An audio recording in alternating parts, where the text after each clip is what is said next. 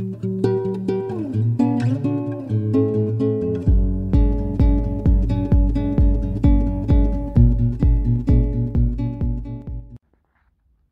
little top tip when fitting these freestanding basin units, what I always do is make my waste up. So that's all made up through there with an unslotted waste. And then what I do is cut a piece of plywood and then I trap another nut in between. So I'll drill a hole in this and then that'll clamp through the basin and then that holds all the basin and everything in then. So if you ever need to get to the waste again, it's not all stuck in. It just makes life a little bit easier. So all I've got to do on this is basically I've mounted the unit, just got to do the waste then. So bottle trap on there, a couple of elbows, drawer and everything will go in. And then they've got to tie all this so I can get all the tap set up. So yeah, pretty easy job really. Right, so that's how I always do these with mine. So I clamp that, you never see that plywood because it's too low underneath. So when the drawer and everything goes in, you'll never see it. But you trap that, there's still room for the bottle trap to go on there. And then this basin is rigid. You'll never move it.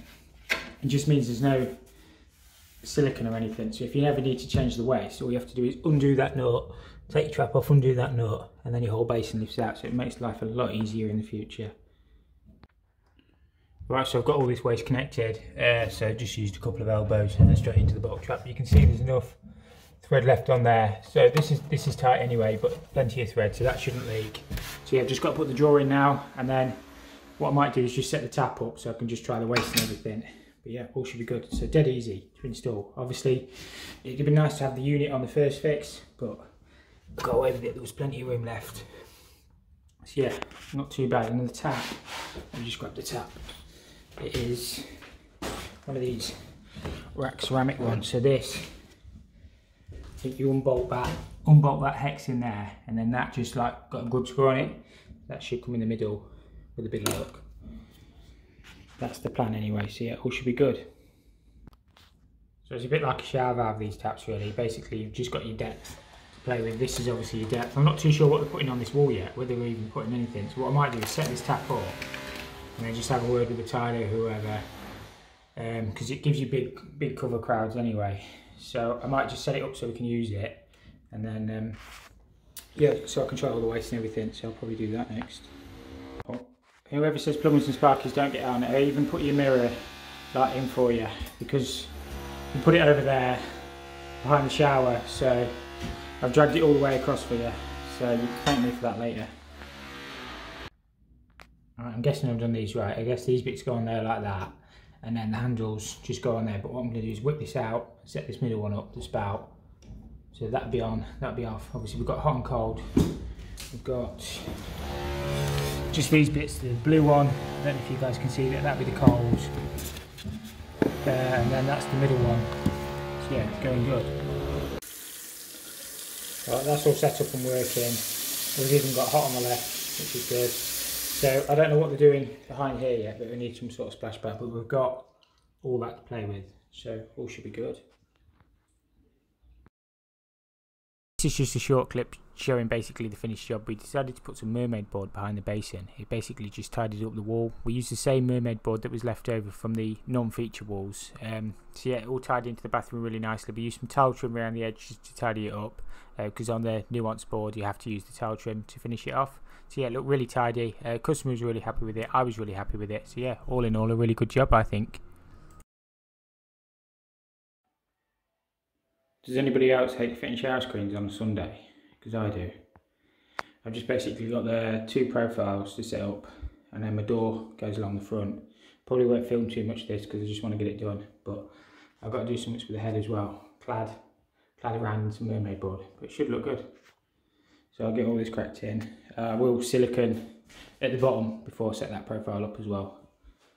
So yeah, it's looking good. I got all the base and everything done yesterday. So yeah, that looks really good. I was going to do the cooker tap, but there's some bits missing off it. It's got one of them cube things, and it's well with the spark cleaning shield and soda stream thing, but there was quite a few bits missing from the kit. So I was going to do that yesterday, so I came up here instead. So it kind of knackered my day up a little bit, but yeah, just got to get the screen done today, all siliconed up, all tidied up. Haven't got the toilet yet. It's one of them back to the wall, the hidden fixings, but I'll get that sorted when it comes. So yeah, I'll get this screen in. Well, I've got most of the screen set up, I've just got to drill the fixings in. Just be careful when you're using the drill bits that they send out, sometimes they are rubbish and you can end up snapping them and scratching all your chrome. It's just a top tip, be careful when drilling.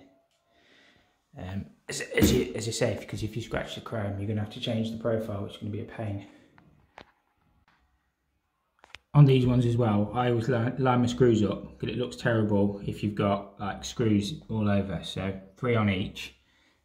These are already drilled in these profiles actually, so it's 3 in each. Just put a screw there and it just makes everything look symmetrical then.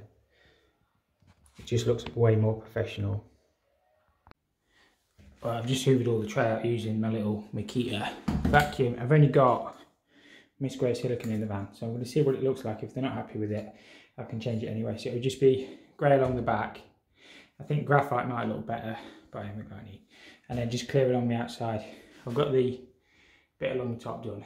So I've not actually got the RGB wired up on the head yet, but I can try it. Once the silicone goes off, I can try it and see what it looks like. I've got, oops, get that. I've just got this to wire in. It's got the remote control and stuff with it, so you can turn your lights on and off. So I'll have a look at that in a bit, but at least I can get all the plumbing sorted. So I'll get silicone up next. It's all cleaned out nicely and get sealed up, and then I can try it then. I'm not too sure about the colour. I might change that for graphite. Doesn't look too bad. I'll see what they say. Sometimes other people's opinions are different. I don't think it stands out too much, but clear along the outside, and then I say I can switch it on then. But yeah, it's going all right anyway. That was awkward. Got all this mitered in around the outside, so it looks good. And then basically all I've got left to do in here when the floor goes down is just the toilet. So the bath's all in, basin's all in, just the shower screen to seal up, and then I've just got the RGB to do on that, and then job done. I've got it all working, but there's not a lot of pressure on the ones that cross over on the waterfalls. So I'll nip up in the roof and see if any of the flexes have got crushed or anything. I don't think they will have done. I'm not really too sure what I can do about that. Now I'm going to do away with these flexes off here and off there. Try and increase the flow rate, because these are tiny hoses. So I've hard piped all this straight through into the shower valve now. So I've used tap connectors down there, done away with these flexes. So hopefully we should get a better flow rate through the rainfall. We'll have a look. Right, so I've repiped this. I'll show you in a second, but it's 1,000 times better than it was before. Look how small them holes are through there. So I'll salvage my male iron, but yeah, do it like that, and then it's got to wire this up then. But the sparky will do that. So my bit's all done. I'll lag these, put the insulation back, and that should all be done. That's what the waterfall looks like. It's not quite crossing over how it should, but unless I put like an accumulator or something like that in, that's the best it can do. But it's fine on the rainfall, it's just on the waterfall. It's better, it's like 100 times better than it was before I did the trolley pipe, but I can't do any more. Right, I've just got to change this PRV, it's badly discharging. I know it's not 300 below, but I can't do much about that. I've only got this 6x one in the van, so that's what I'm going to fit. Should be the same hopefully. So yeah, hopefully nice easy job. I will check the expansion and stuff as well, but I think it's just gone weak, so we'll get it swapped. Right, that's all changed. I know you haven't got the correct discharge distance, but that's how it was before. I mean, I can't do much with that. So I'll put the correct rating on. It's slightly different make, but I think it'll be okay. We'll turn the water back on and hopefully everything's all right. Right, the system's been running a little while now, and there's no drips on that, so hopefully we should all be good. Right, this job, somebody else has been out and they said the 2 port's faulty. I think the whole body and the head needs changing by the looks of that. It feels really stiff. I'm not too sure why they've left all this wiring exposed, but I'll get it swapped anyway. There's a blank down there. The house is empty, so I'll probably just bung the coal feed and bung the vent. I've got a new valve in the van at Honeywell. I'll change it like for like. I'll put a dust sheet and stuff down in a second. But yeah, I'll just get this quickly drained. I haven't got too long. Isolate the power obviously, drain it down and we'll get it swapped. Right, I'm up in the roof now. This is the little tank we need to get to. I don't know where to put my torch. You'll have to bear with the light a second. So, we need to bung the vent off, which is actually dipped in the tank, which is not right. So we'll probably cut a little bit off that vent as well. Oh no, that's the overflow. I'm an idiot, don't worry. The vent's there, coming over the top, which is right. And the cold feed, so we'll get that bunged off and get the valve swapped. I use these bungs, by the way. They're all different ones, but they're the ones I use. I normally take the head off to get it out of the way, but I think it's one of the old ones where you can't get the head off. I can't see the other screws, so I'll probably just crack it out. I've put my pipe guide thing on, and I've got my flexi plumb bucket down there ready to catch any drip. So as I say, I bung the cold feed and bung the vent. Heating's off obviously, so it's just a case of cracking them nuts. I'll get the new valve ready to go in. Hopefully we shouldn't get too much water. I'll just crack the top nut. Most of it, if not all of it's going into my bucket. I've got a few tools in my bucket as well still, but I'll have to take one for the team on this one. So we just crack this a bit more. And if you guys can see that. Hopefully, as long as there's no auto air vents up in the roof, which I didn't see any, we should be good. We'll soon find out. If it starts to suck, we're going to be in trouble a little bit. It sucks for me if it sucks. We'll wait for that to stop. Hard to get to actually. Well, not too hard, but hard to fill.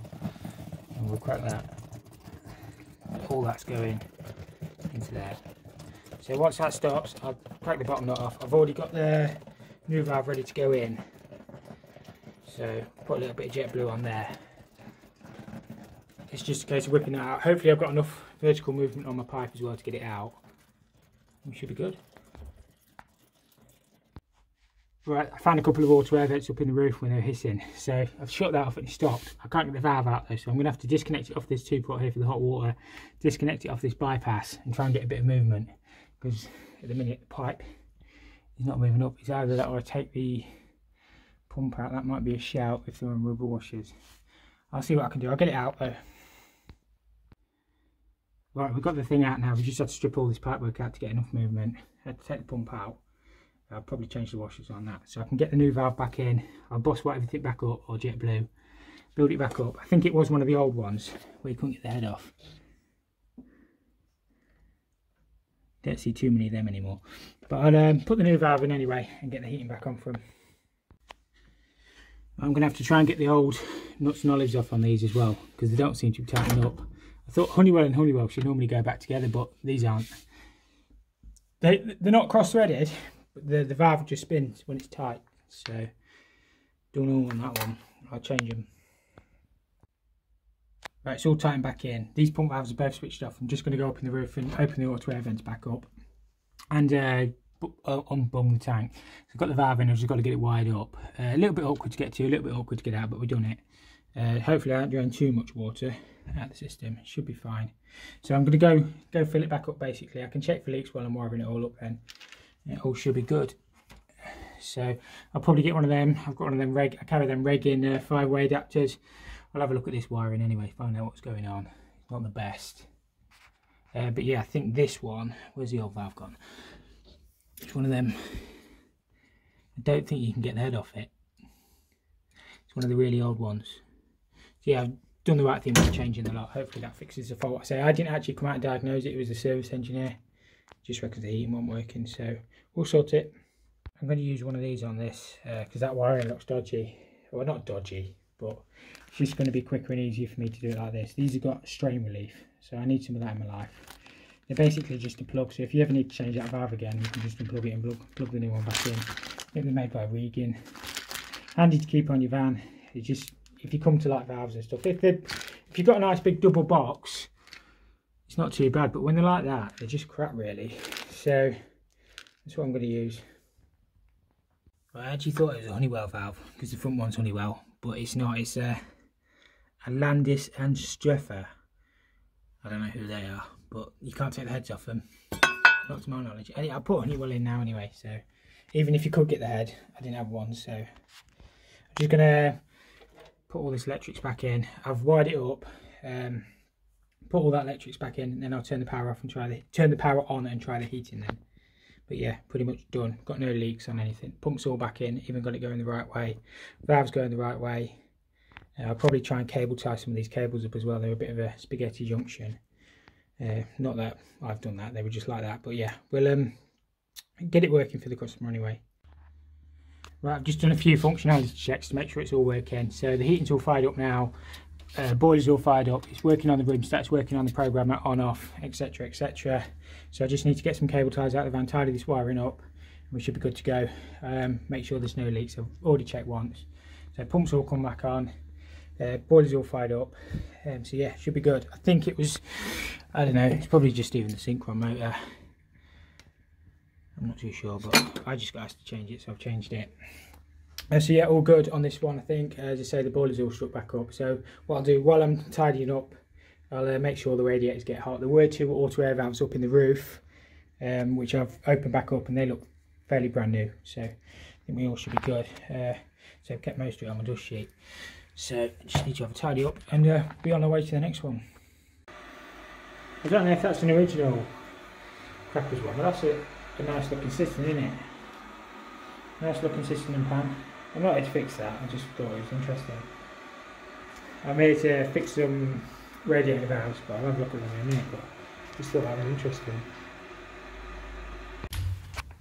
Just got to change this valve. I think it's leaking, I think it's been leaking a while. That's what I came to do anyway. I'll show you this, look. It's a big old shower, isn't it? They reckon this shower's leaking as well. Downstairs on the ceiling there's a wet patch, but there's no silicone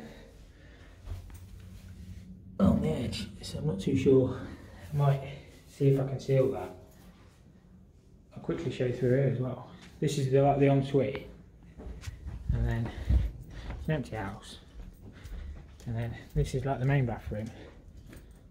Look at this. It's big, isn't it? Yeah. Not what the view's like. Not too bad.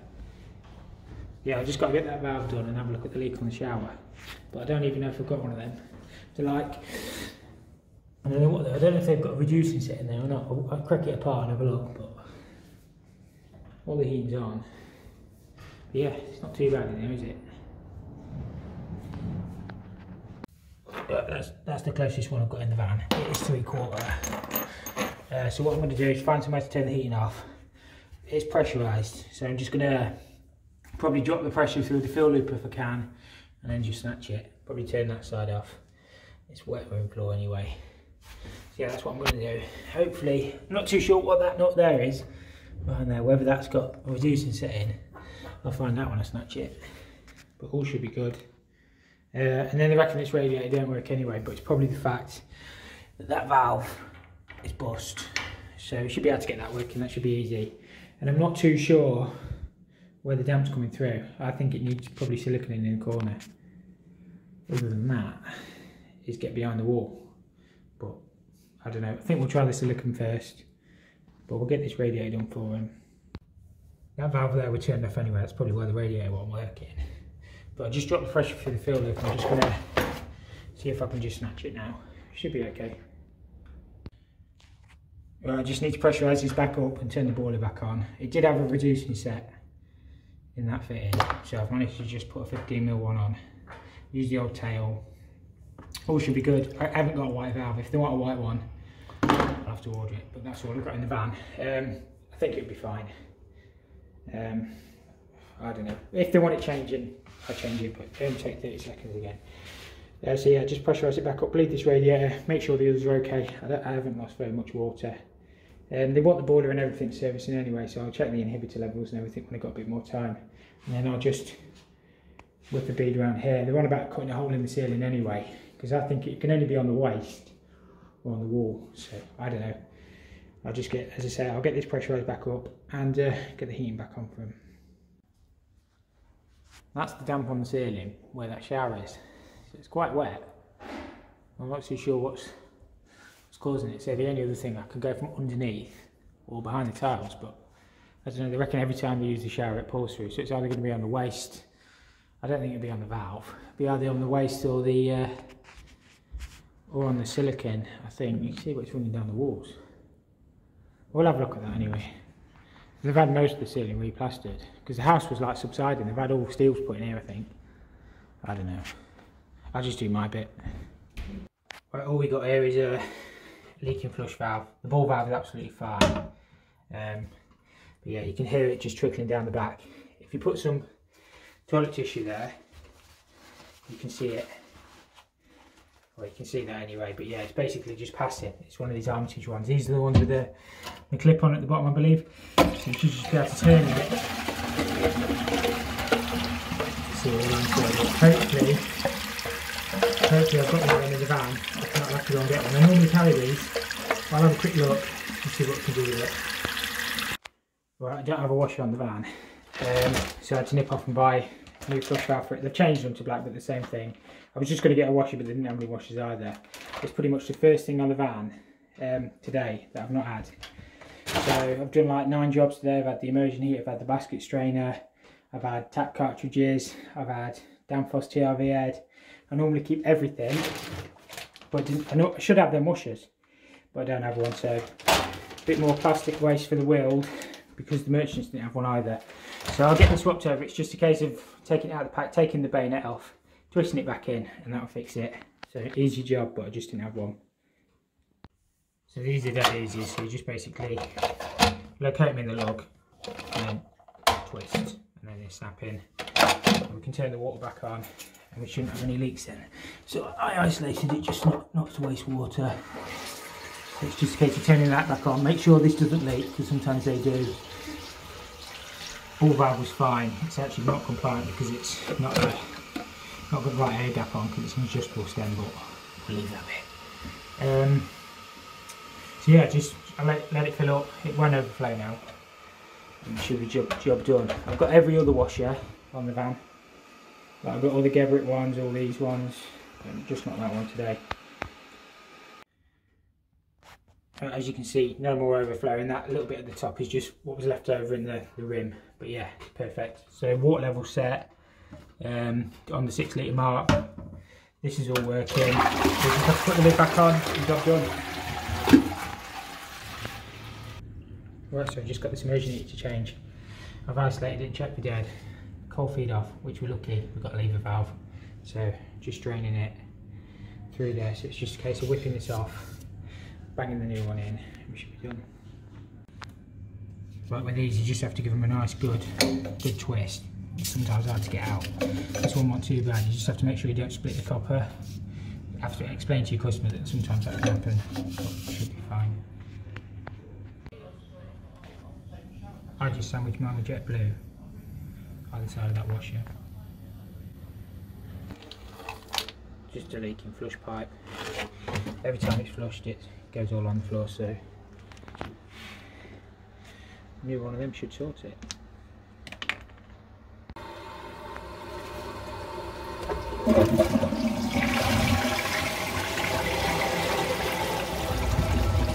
Just making sure it's not leaking. I think we should be alright.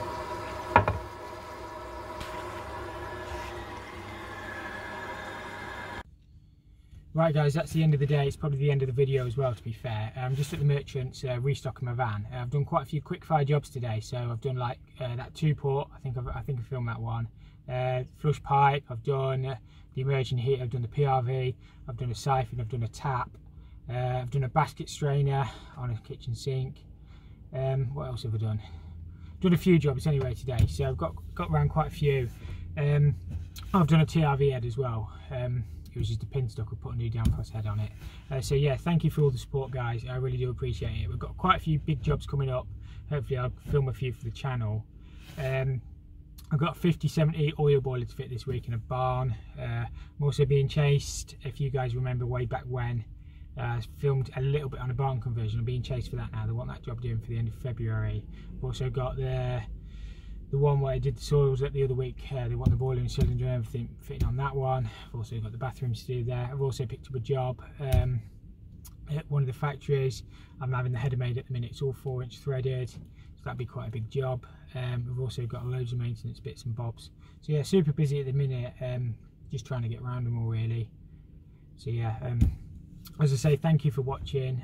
Really do appreciate the support as always. And yeah, I will see you in the next, which hopefully I'll try and keep to 1 video a week, but depending how busy I am. Like, I worked all this weekend just gone, and I'll probably work all next weekend as well. So it depends how much time I get to upload and edit and stuff like that, because it all takes time out of my day, which time I don't get to spend with the family then.